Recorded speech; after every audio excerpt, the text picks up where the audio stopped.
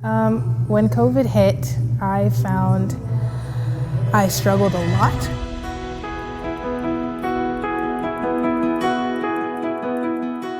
I think I tried to stay positive the first couple weeks, the first month even, but at some point I just hit a wall.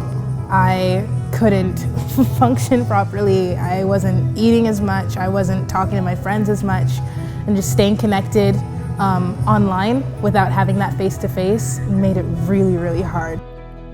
I think the hardest thing that I noticed with students in this season was, normally when issues arise or when we bring up a topic with youth, there's a handful of students that relate and a handful that don't.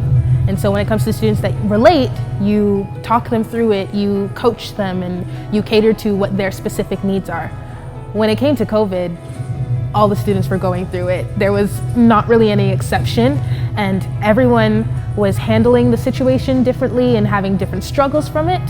And so the hardest part was not having enough hands to hold everyone, not having enough words to comfort everyone, and really feeling that deficit, especially because I was also going through it as an individual.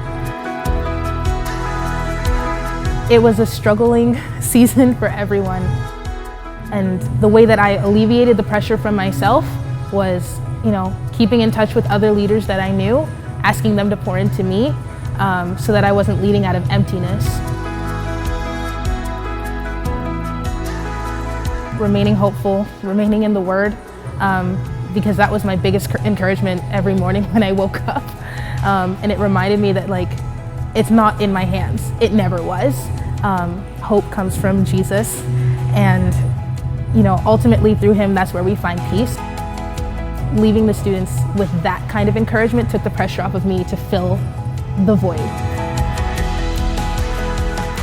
Even just as far as program planning, just being in the building and having meetings with people, I'm like, oh, yes, we're back, and things aren't back to normal, but they're getting there. And it's a hopeful season, and I think that's what I really, really needed. And now we're running our movie night, and it's amazing, and there's so many people here. The real light at the end of the tunnel for me has been these last few weeks, getting to engage with students, getting to engage with YFC staff over the last few weeks. Yeah, it's been progress, but it's been really good.